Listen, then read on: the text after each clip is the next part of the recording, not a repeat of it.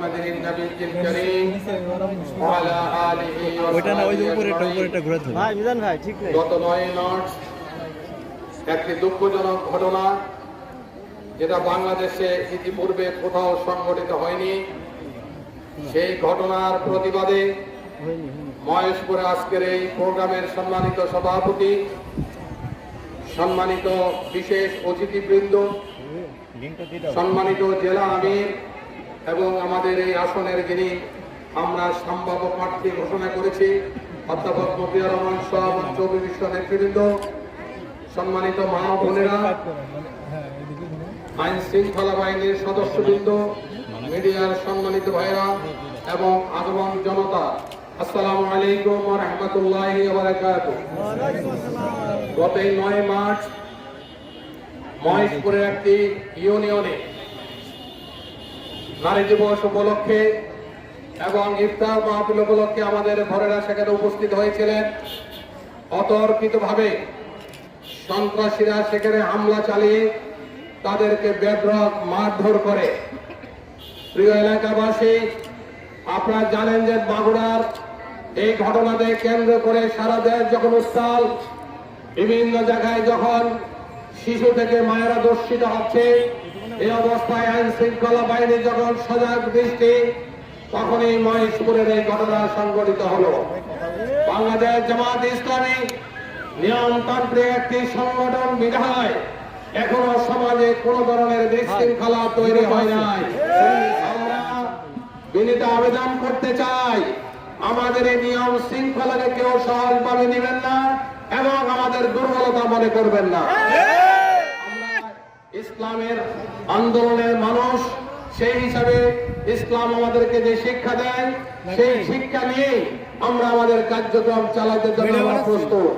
সম্মানিত মা বোনেরা, আমি একটি কথাই বলতে চাই সন্ত্রাসীর উদ্দেশ্যে, যারা এই জাতীয় অপকর্ম করেছে, যারা আমাদের মা বোনের গায়ে হাত তুলেছে, আপনাদের ভাবা উচিত ঘরেও আপনার মা বোন আছেন। তারা যদি এইভাবে লাঞ্ছিত হতো তাহলে আপনারা কি করতেন? আজকে বিশেষ একটি দল 24-এর স্বাধীনতার পরে যখন মানুষ মুক্ত হলো, ফ্যাসিস্ট মুক্ত হলো, হাসিনার এই ফ্যাসিস্ট সরকার পালিয়ে যেতে বাধ্য হলো, তখন দেশ গড়ার কাজে বাংলাদেশ জামাত ইসলামী ঝাঁপিয়ে পড়েছিল। যারা শহীদ হয়েছেন আপনারা জানেন, সমস্ত শহীদের পরিবারে গিয়ে বাংলাদেশ জামাত ইসলামীর আমির ডাক্তার শফিকুর রহমান আমাদেরকে নির্দেশ দিয়েছিলেন সবার বাসায় টাকা দিয়ে শহীদ পরিবারকে সান্ত্বনা দিয়ে আসার জন্য। আমরা সেই কাজটি সম্পন্ন করেছি। আহত পঙ্গু যারা হয়েছেন হসপিটালে ভর্তি, আমরা সেই আহত পঙ্গুদের চিকিৎসার ব্যয়ভার বহন করার দায়িত্ব আমরা নিয়েছি। ওই সময় সারা বাংলাদেশে বন্যায় ছিল, ওই বন্যার্তদের মাঝে আমরা দাঁড়িয়েছিলাম। কিন্তু আমরা লক্ষ্য করেছি আরেকটি দল এই জাতীয় সকল কাজকর্ম রেখে তারা টেন্ডারবাজি, চাঁদাবাজি, দখলবাজির রাজনীতি তারা শুরু করেছে।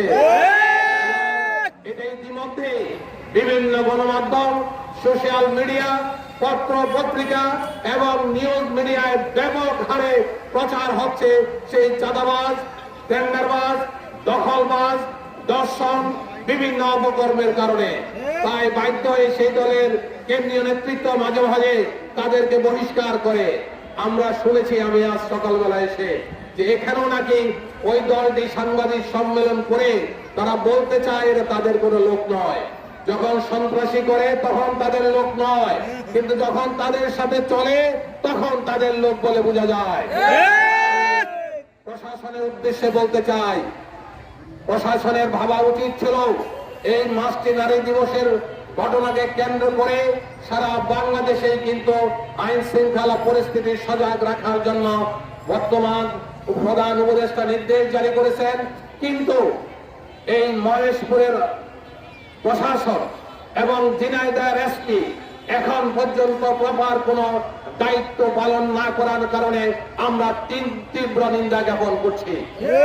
আবেদন জানাচ্ছি অচিরেই যাদের নামে মামলা করা হয়েছে সকলকে আইনের আওতায় আনা হোক এবং তাদেরকে গ্রেফতার করে দৃষ্টান্তমূলক শাস্তির ব্যবস্থা করা হোক। আর আমাদের বোনদেরকে আমরা আশ্বস্ত করতে চাই, আমরা 2 দিন ঘটনা প্রত্যক্ষ করেছি এবং আমাদের ভাইয়েরা আপনাদের এই এলাকায় গিয়ে প্রতিবাদ সমাবেশ করেছে। আমাদের সম্মানিত আমির, জাতির রহবার, 18 কোটি মানুষের নন্দিত নেতা ডাক্তার শফিকুর রহমান, তিনি গতকাল আমাকে নির্দেশ দিয়েছিলেন আপনি সেখানে যাবেন এবং মহিলাদের একটি সমাবেশ করে মহিলাদেরকে আশ্বস্ত করে আসবেন এবং প্রশাসনকে এই বিচার সম্পূর্ণ করার কথা বলে আসবেন। তারই পরিপ্রেক্ষিতে আজকে আমাদের এখানে আসা। আমি আপনাদেরকে বলতে চাই, এরপরেও যদি সামনে এই ধরনের কোন ঘটনা ঘটে তাহলে জামাত ইসলামের কর্মীরা বসে থাকবে না ইনশাআল্লাহ। আমি আপনাদেরকে এই কথা বলেই সবাইকে আন্তরিক মোবারকবাদ জানাই। আগামীতে বাংলাদেশ জামাত ইসলামী সুস্থ দেশ গড়ার আহ্বান জানাচ্ছে এবং আপনাদের ভালোবাসা পেলে ইনশাআল্লাহ বাংলাদেশে জামাত একটা ইনসাফপূর্ণ সমাজ ব্যবস্থা কায়েম করতে পারবে এবং কেবলমাত্র তখনই এই মা এবং বোনেরা তারা তাদের পর্দা, তাদের সম্মান, তাদের ইজ্জত তারা রক্ষা করতে পারবে। না হলে বাংলাদেশে সারা দেশেই এরকম মাঝে মাঝে দুর্বৃত্তরা হানা দিয়ে আপনাদেরকে লাঞ্ছিত করার চেষ্টা করবে। আমরা সবাইকে উদাত্ত আহ্বান জানাই, আপনারা কষ্ট করে এসেছেন। সাংবাদিক বন্ধুরা গত 3 দিন ধরে এই নিউজ মিডিয়াতে এই ঘটনা প্রচারের চেষ্টা চালিয়ে যাচ্ছেন। সবাইকে আমি ধন্যবাদ জানিয়ে আমার বক্তব্য শেষ করছি। আসসালামু আলাইকুম ওয়া রাহমাতুল্লাহি ওয়া বারাকাতুহু।